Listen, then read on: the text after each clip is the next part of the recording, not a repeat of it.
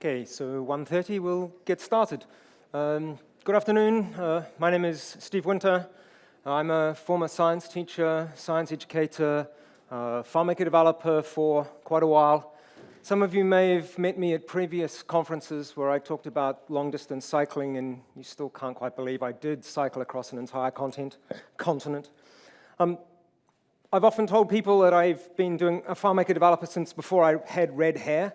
And you all look at me and go, you never had red hair. Ladies and gentlemen, 1984.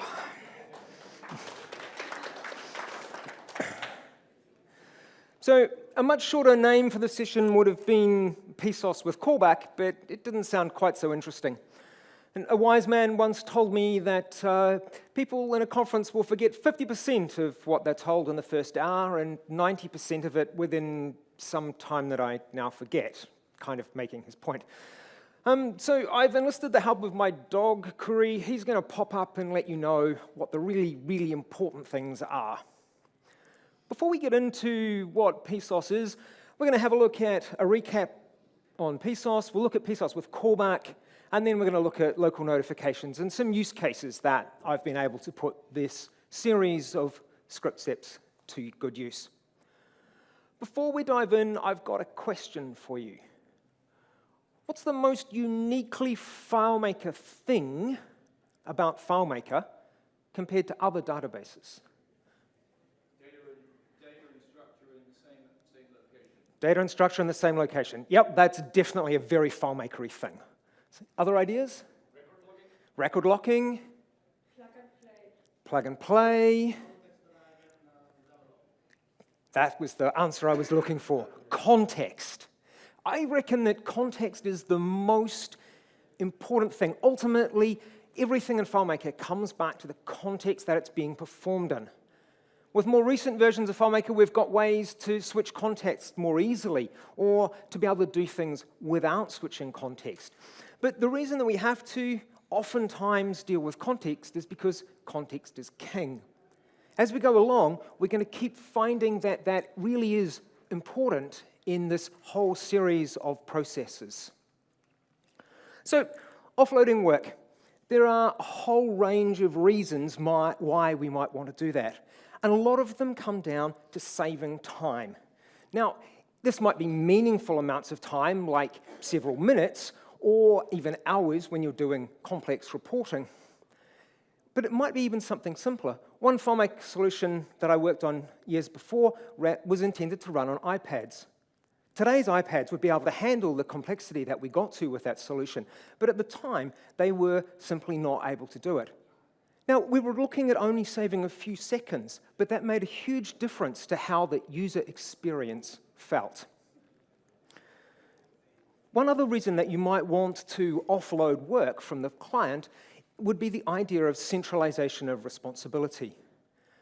An API that I've done quite a bit of work with insists on whitelisting the IP addresses from which calls can be made. That makes a distributed client network very difficult. So by centralizing everything, that allows us to have a single server call that's coming from a known IP address. As with anything in FileMaker, when it comes to offloading work, there are myriad different ways that we can do it. One of the first things that many of us have probably worked with is the idea of robot machines. A FileMaker Pro client running on a machine in the corner that somehow we prompt into action to do something for us. Many people are probably still using that process because it does provide a lot of options. In FileMaker Pro 13, in late 2013, we got Perform Script on Server. And that really provided us with a way in which we could offload work onto the server. And PSoS, as it rapidly became known, offered two options. We could either wait for the script to conclude or not. Waiting was really the option that we needed. We needed the result. So if we needed the result from the script, we had to wait. If we didn't need it, then not waiting was preferable for long-running processes, since it allowed us to get back to what we were doing, but when we needed to know it was done. I'd also say that calling an API is a way that we can offload work. It's somewhat different to this because it ends up happening outside of the context of FileMaker, but it is another way in which we can offload work.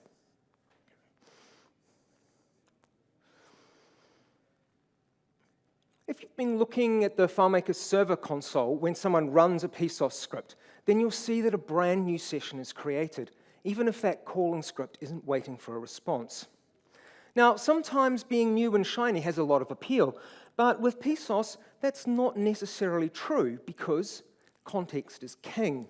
And so if the intention is to carry on processing from the point that the machine handed off, we've got a bit of a problem because on server, we're not in the same context as we were when the client triggered that action.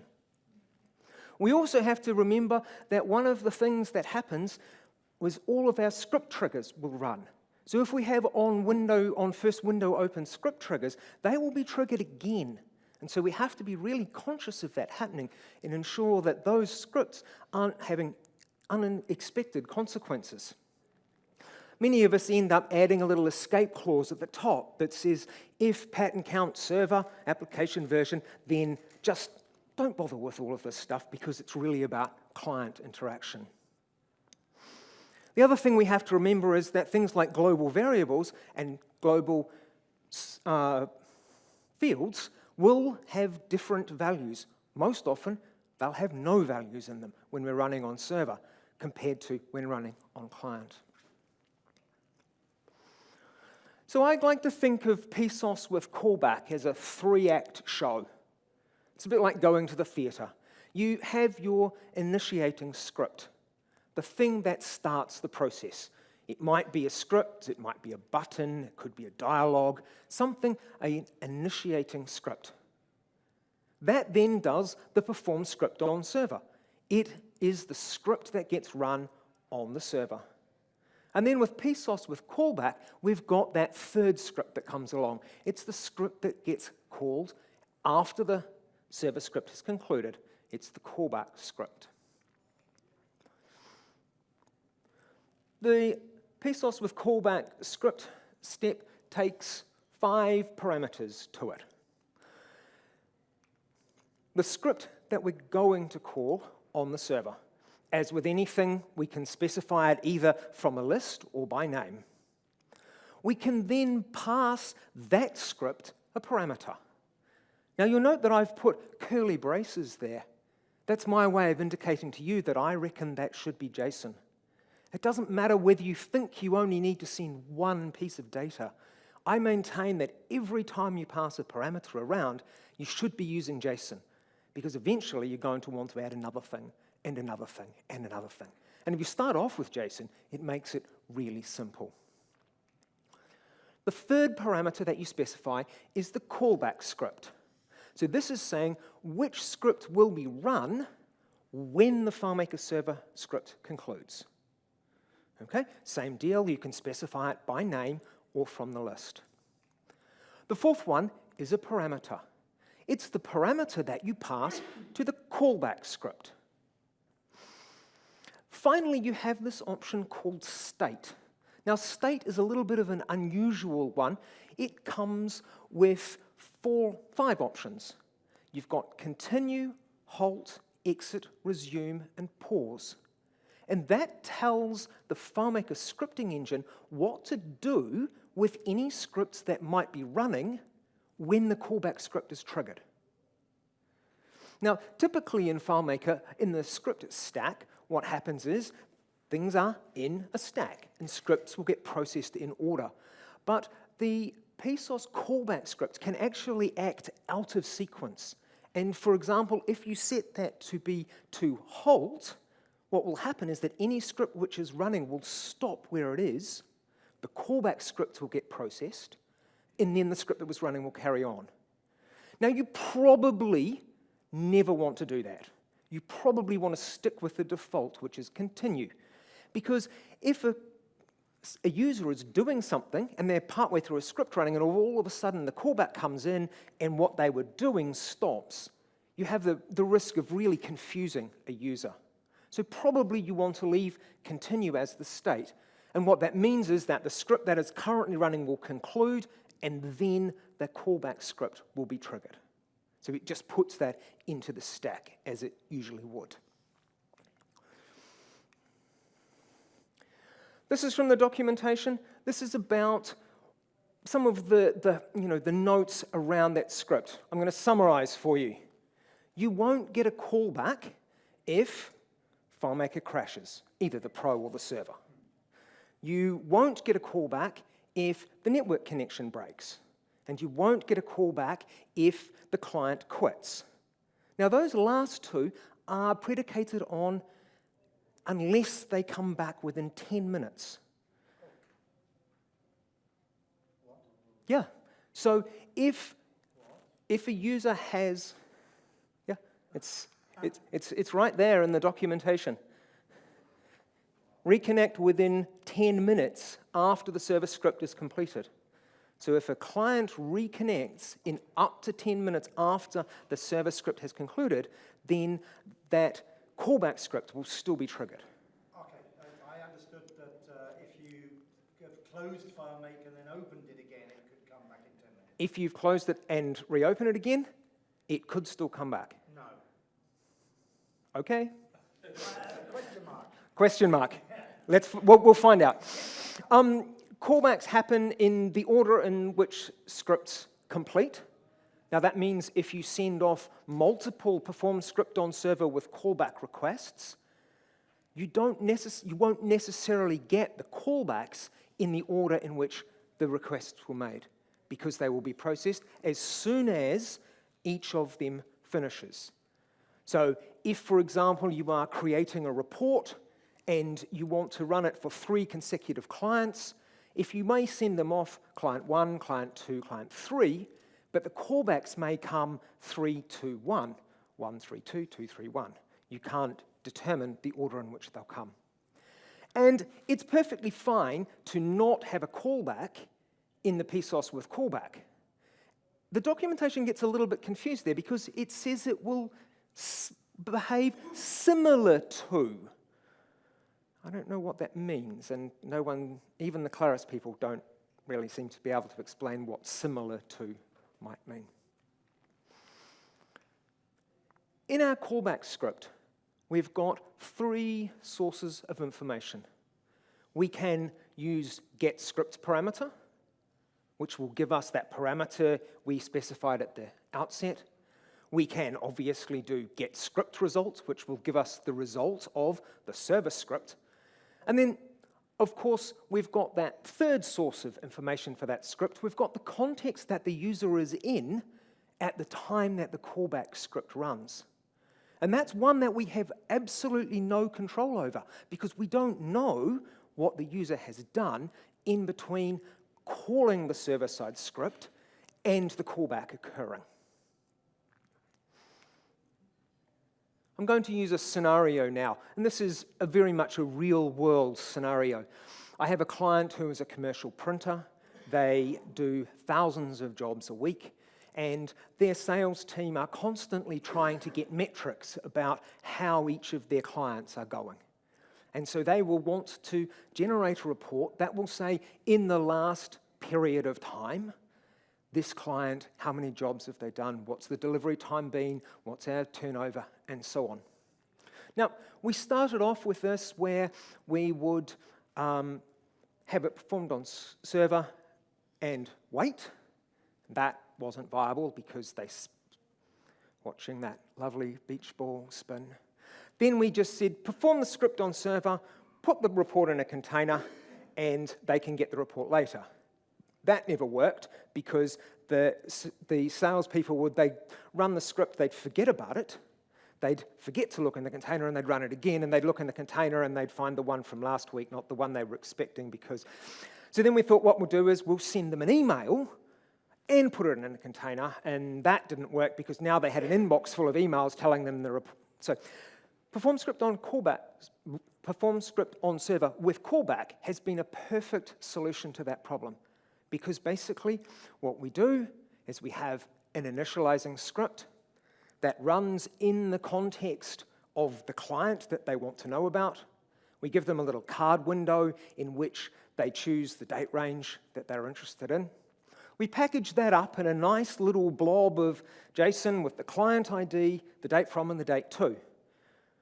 Those are the details that are needed to establish the correct context in the server-side script.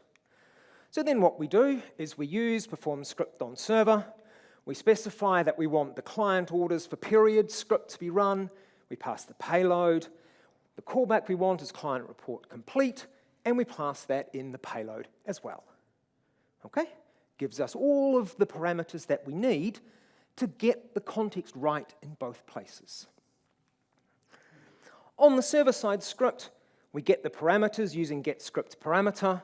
We get the client ID, we get the date range, we generate the report, we do all the work, and we exit the script. At that point, our callback script runs. That's great. We've passed it that script parameter. We do parameters. Here's the question for you. What will that parameter's value contain? Whoever said nothing was absolutely right. And that is really quite surprising. And here's my dog.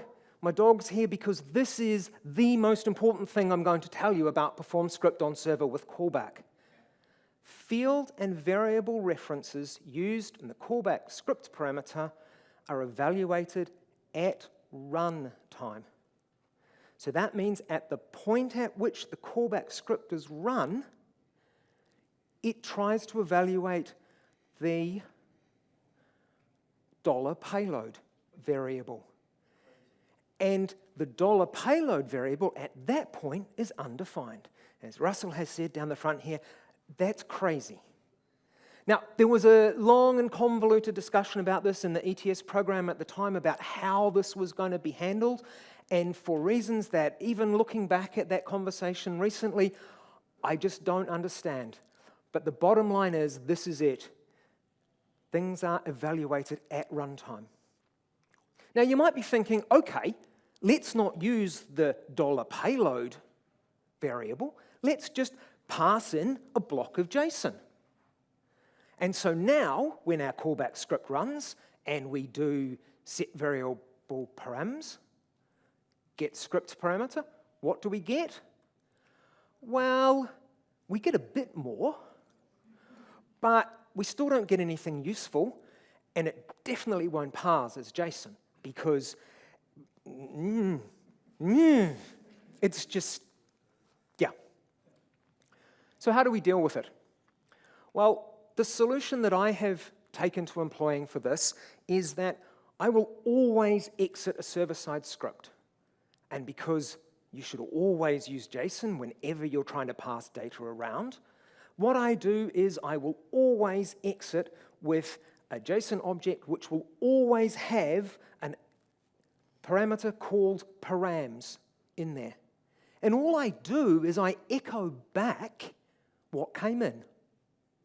So I set the params at the top with getScriptParameter, and then I send that back as params with the parameters in it. And that's the way in which I've worked to get around that it's a bit weird when it gets there. You can also send other information that you might need. For example, you might send the ID of the container that the report went into if you're doing that. You might send the ID of a new record that was created. Whatever your server-side script was doing, you may well send other things back. So now in our callback script, we can say get script result. We can say set the params from the JSON response params. And now in our callback script, we've got the data that we need. The data that we need to re-establish context.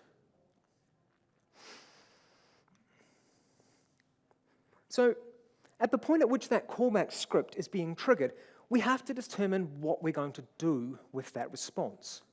Now, there's no value in doing nothing, because if we were just going to do nothing, then we just used perform script on server. We wouldn't have worried about the callback thing. So we could go back to the client that the report was being run for. We could show a custom dialog, or one of the things that I've taken to doing that I really like that came in FileMaker 2024 last year is the ability to send a local notification.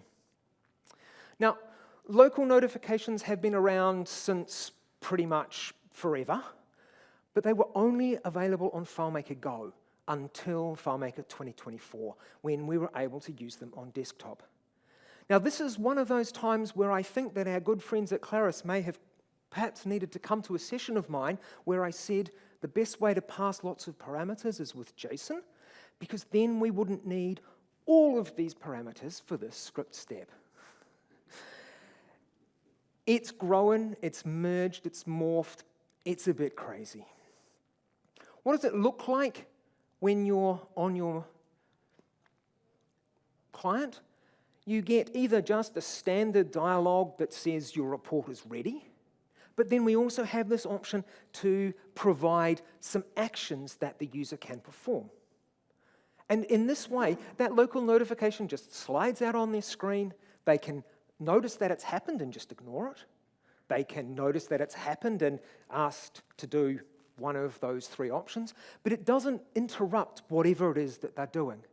Because remember, by the time this callback comes, we have no idea what context the client is in or what they're doing. If we just go back to that big long list of options for this script step, you'll see that the title comes in there, the body, and then we have these button labels. The button ones foreground at the bottom are only relevant when we're running on FileMaker Go, and same with show when app is in the background. The two at the top there, we can give our notification a name, which is not to be confused with the title. That's something different. We can give it a name, and we can also say that we want to run a script. Now, that script is what's run when anyone interacts with one of those three buttons, the options that drop down. So this is where we get to just one other quite quirky piece of behavior that's important if you're going to use those button options in notifications. When we do params get script parameter for the script that is run when someone interacts with one of those three buttons, we get a very weird list. It's a FileMaker list. The first thing we get is callback complete. Now, that's the name that we gave to our notification. We get the name, the text that's on the button that they chose. We get a Boolean, a 1 or a 0, to indicate whether FileMaker was in the foreground when that message was sent.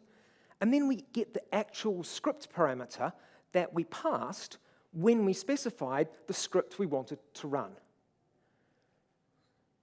Clear as mud? It's another one of those situations where a nice little JSON object would have really helped us, but that's where we're at.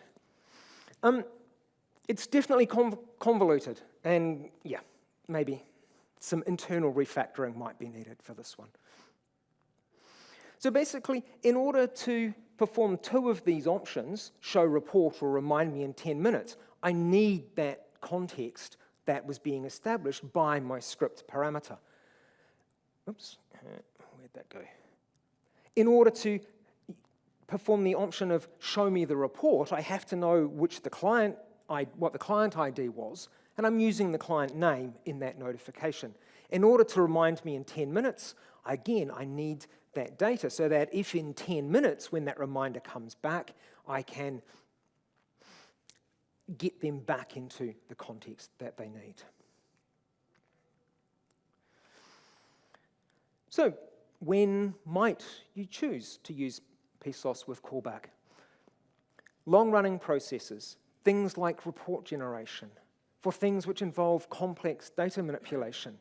If you came to Fabrice's session earlier today where he was talking about passing lists of IDs around, when you've got a big set of records that you want, you can use that to process that and then deal with the data later.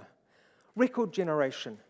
Sometimes if you have a complex data structure, it may take several seconds to build.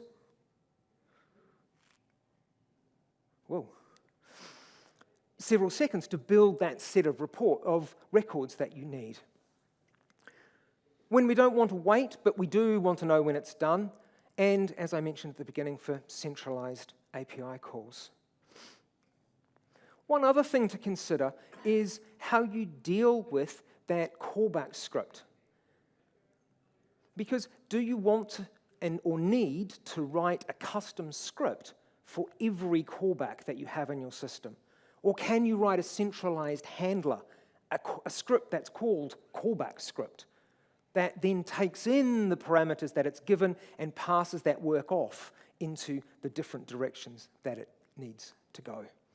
And of course, because you're returning JSON and all of your parameters, you've got the scope to pass in a lot of data. And with that, and 4 minutes to spare, questions? Observations? Would you then always take that approach in your own work of having a single script? Would you, in your own work, always choose the option that you just described, to have a single callback subscript? Almost and always. Pass it? That's the way you work yourself. Yeah, that is typically what I will do, is I will have one centralized script that everything calls back to, because in there it gives me the opportunity to determine what context the user is in currently and deal with that sort of thing. And then oftentimes if all I'm doing is showing a local notification, then I can just pop that up. If it doesn't need parameters, it can just pop up the message and say, hey, your report's ready, and that's all. Or I can then have that script act as a switchboard, if you like, to then, based on the parameters that have come back, route that off to the right direction. So to me, it just provides a centralized place that you can send everything to and then farm it out as needed. Can I ask, do you use that term switchboard, or did that just come up now? Oh, we have something we call a manifold. Okay. Which is a structure, a script structure that is like a distributor cap in an old combustion car. Yeah, no, I Manifold. refer to it as a switchboard because it's switching between okay. the routes that it needs to take. Thank you.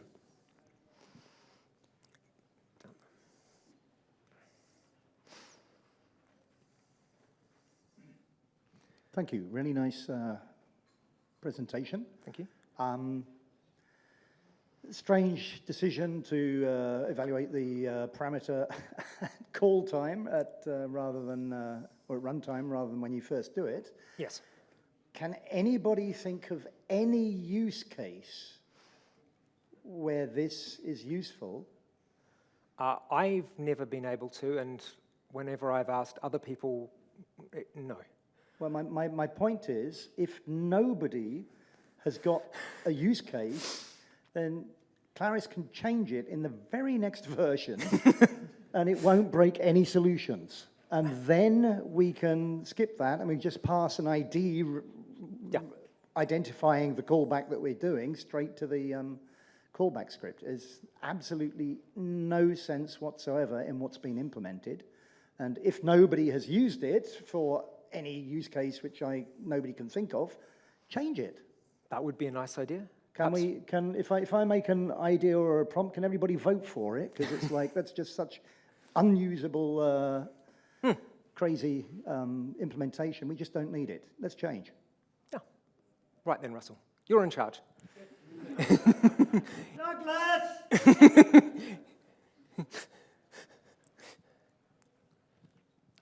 How does the notification work on Windows? It works exactly the same as it does on Mac, because it's actually using the underlying operating system's notification process. And so if your user, by one reason, one day, decided to cancel the notifications from FileMaker, he will just not get it. Correct. So there's no way to remotely reset that option. There's no way to remotely reset that option, but you can, when you queue the local notification, you will get a response back to say whether or not notifications are turned on or not.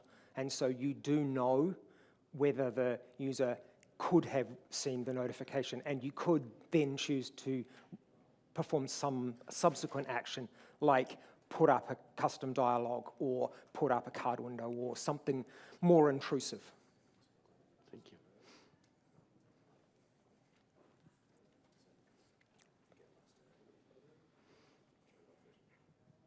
Thank you. Is there a way to extend the 10-minute time slot where if the PSoS is not... Absolutely, yes. That 10 minutes is purely arbitrary. It's something that I decided to put in there because you can specify